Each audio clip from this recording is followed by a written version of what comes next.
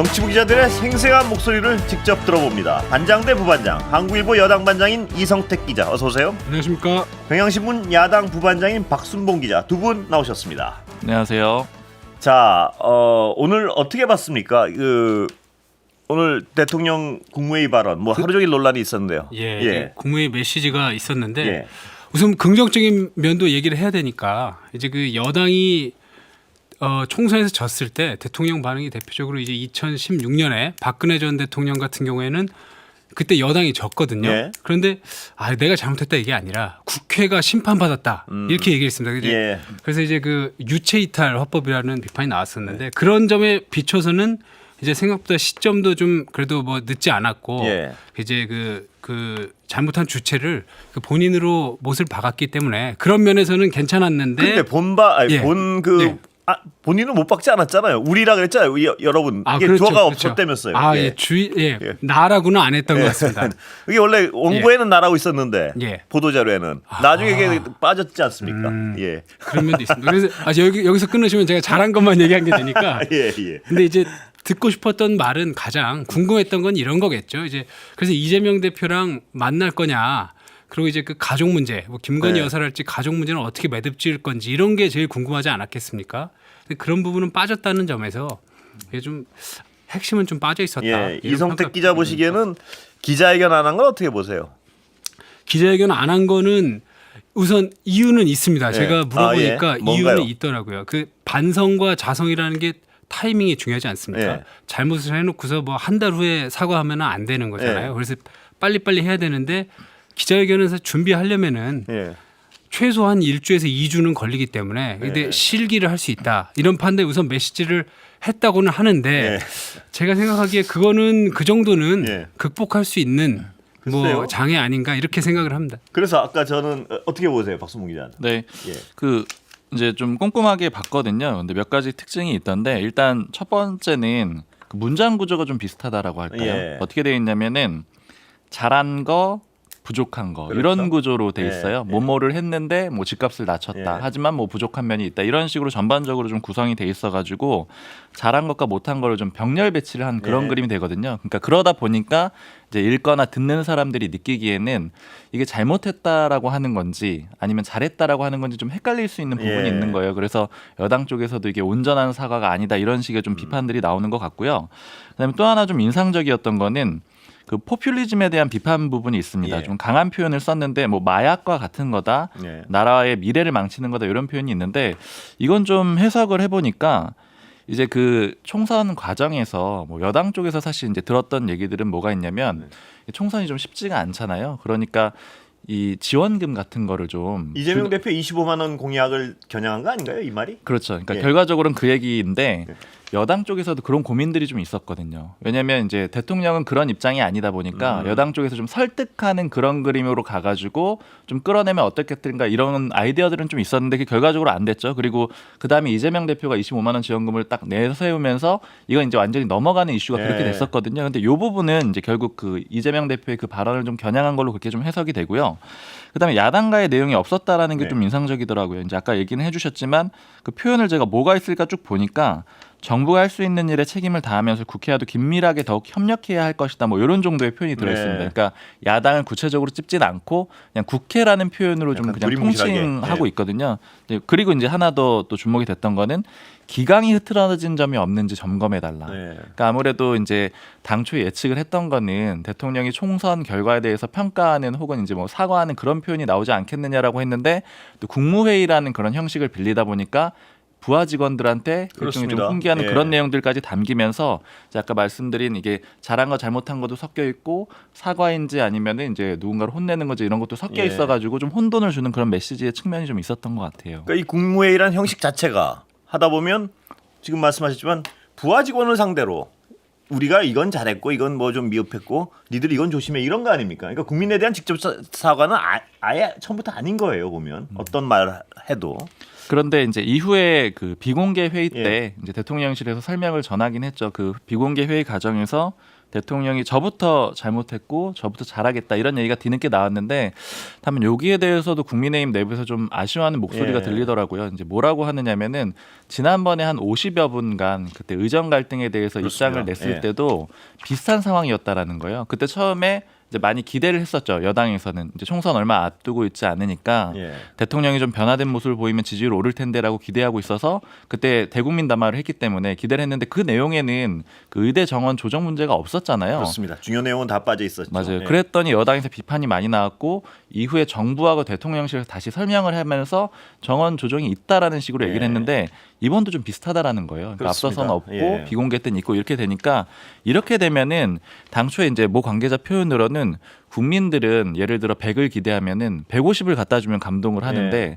만약에 60이나 50 이렇게 갖다 주면은 실망을 하고 화가 그 다음에 나죠. 예. 수습을 하려고 해도 그건 잘한 것처럼 안 보인다라는 예. 거예요. 그러니까 처음부터 좀 갖고 왔으면 좋았겠다 이런 얘기들이 나옵니다. 자, 이성택 기자.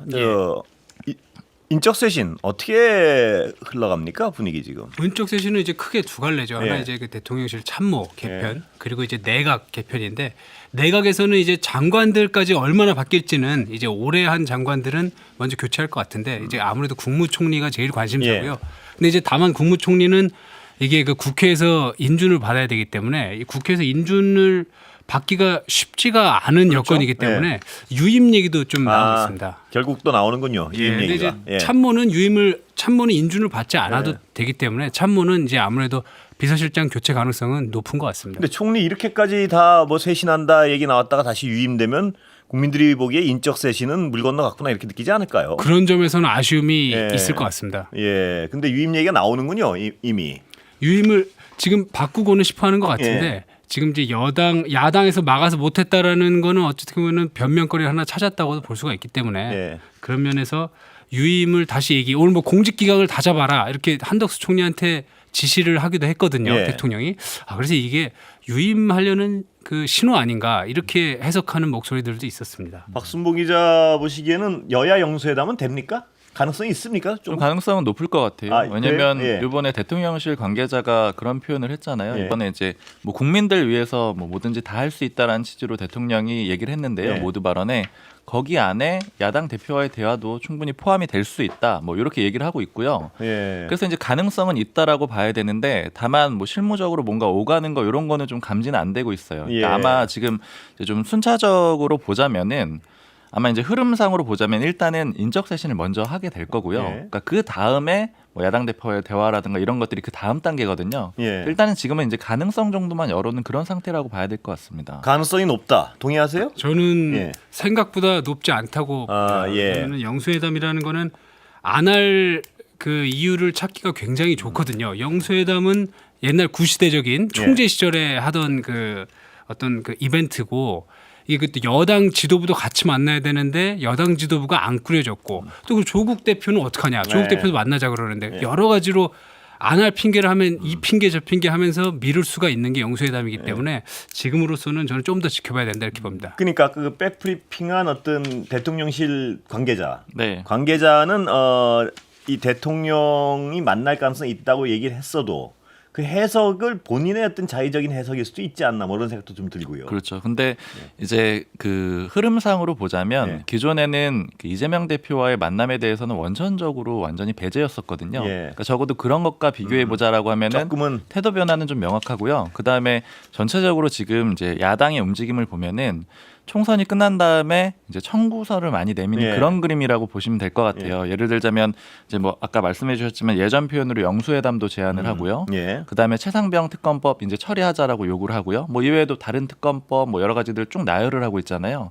그러니까 이게 각각 다 굵직굵직한 사안이라서 다르게 해석이 되겠지만 전체적으로 보자면 총선에서 이겼기 때문에 이 국민들의 뜻에 따라서 이런 것들을 청구하겠다라고 나오고 있는 거거든요.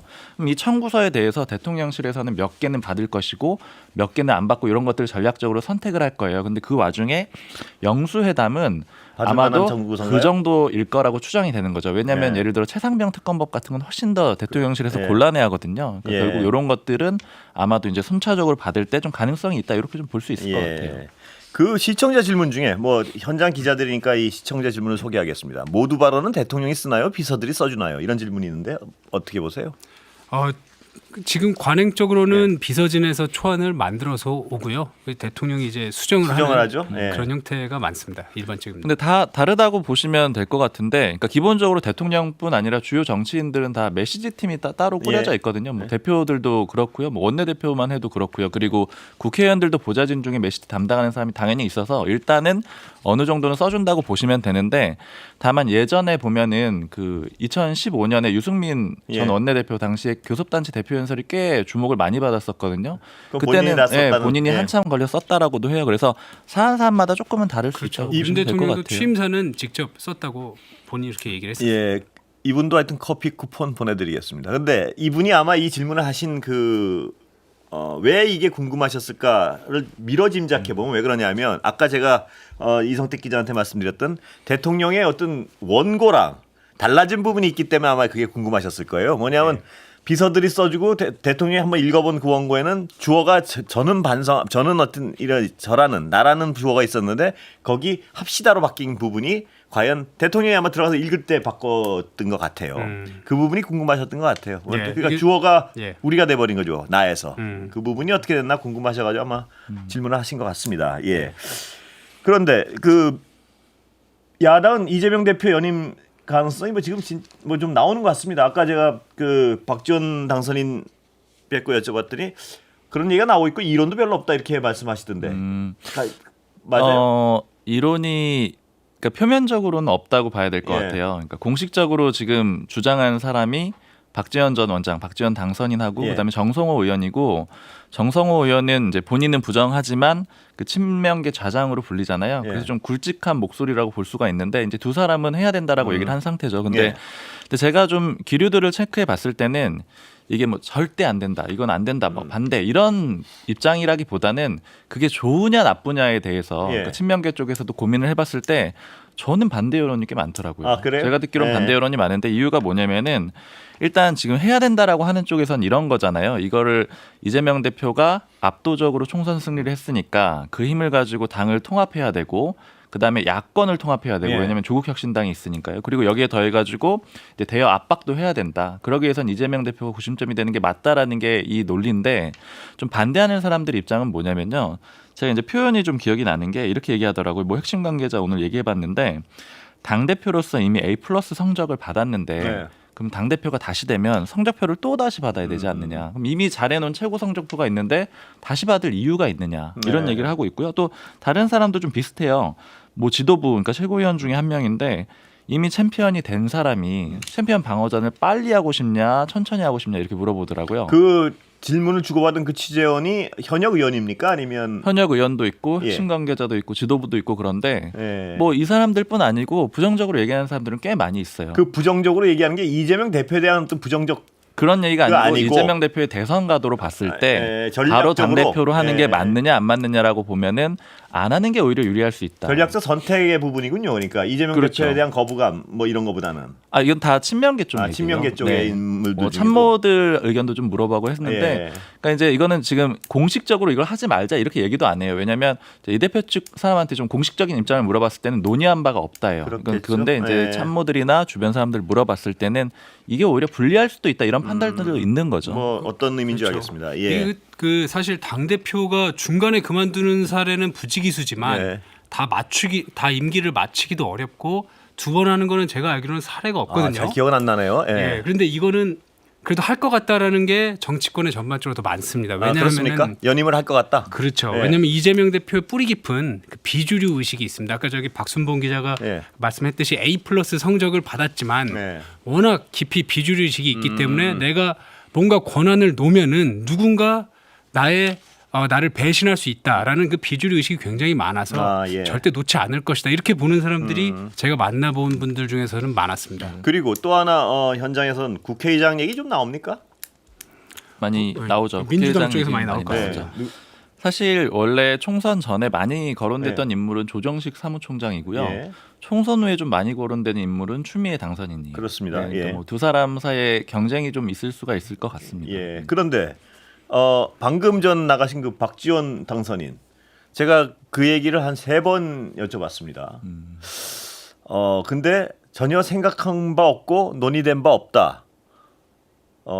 이분의 어떤 화법을 제가 잘 아는데 움직임이 있고 시키면 하겠다는 말씀이에요. 제가 딱 그럼요. 보면. 예. 그러면 또 어떤 판도가 어떻게 될지 모르겠습니다. 그럼요. 예. 뭐 하고 싶어 하는 사람들은 당연히 많이 국가 또, 의전 서열 네, 2위인데요. 예. 엄청난 명예. 경쟁이 있을 수 있겠죠. 제가 이분의 어떤 여러 번 모시고 여러 대화를 해봐서 그런데 저 정도면은 굉장한 뭐 이건 완전히 제 주관적인 해석입니다만 의지가 있다 이렇게 읽혀지던데요. 예. 그 국회의장을 향한 의지가 있다. 물론 본인의 말씀은 아까 분명히 들으신 분들 많겠지만 아직까지 아무런 생각이 없고 뭐 거론도 안 되고 있고 뭐 이런 상황이다. 다만 맞아요. 언론이 거론하는 경우는 있다. 예. 이렇게 말씀을 하셨는데 근데 좀 해석해 보면은 예. 그 이제 국회의장도 그렇고 아까 이제 연임 얘기도 해주셨는데 연임 물어볼 때 모 관계자가 이런 얘기 하더라고요. 이건 사실은 이재명 대표의 선택의 문제다. 이 예. 얘기는 무슨 얘기냐면 이재명 대표가 하고 싶으면 할 수 있고 예. 안 하면 안 할 수 있다는 거예요. 그러니까 예. 다른 당 대표 선거 같은 경우에는 그 되느냐의 문제는 또 다른 거잖아요. 근데 그렇습니다. 그만큼 압도적이라는 거고 연결해서 국회의장도 지금 이제 당 자체가 굉장히 친명 중심으로 다 체제가 바뀌었거든요. 그래서 이재명 대표의 의중이 아마 이제 표면적으로 내세우진 않겠지만 가장 중요할 걸로 보입니다. 예, 제가 여담으로 하나 말씀드리면 박지원 당선인께서 저 옛날에 제가 진행하는 2시 뉴스회전이라는 데 출연하셔가지고 그 당시에 예. 제가 그냥 문득 물어봤어요. 국정원장 시키면 혹시 하시겠습니까? 그러니까 하면 잘하죠 이러시더라고요. 아, 그런데 예. 오늘은 그 정도 강도는 아니었어요. 그 정도 강도는 아니었지만 제가 느낀 어떤 느낌은 시키면 내가 잘은 할 거야. 뭐 이런 어떤 느낌은 분명히 받았습니다. 저는. 네. 예, 예. 그래서 하겠다는 의지는 분명히 있구나. 예, 이렇게 저는 저 개인적으로 해석했습니다. 뭐 본인이 말씀하신 건 아니고. 이거 뭐 금방 끝났네요. 시간이 여기까지 듣겠습니다. 두 분 말씀. 예, 감사합니다. 고맙습니다. 감사합니다. 예, 한국일보 여당반장 이성택 기자, 경향신문 야당부반장 박순봉 기자였습니다. 감사합니다. 들어가세요. 감사합니다.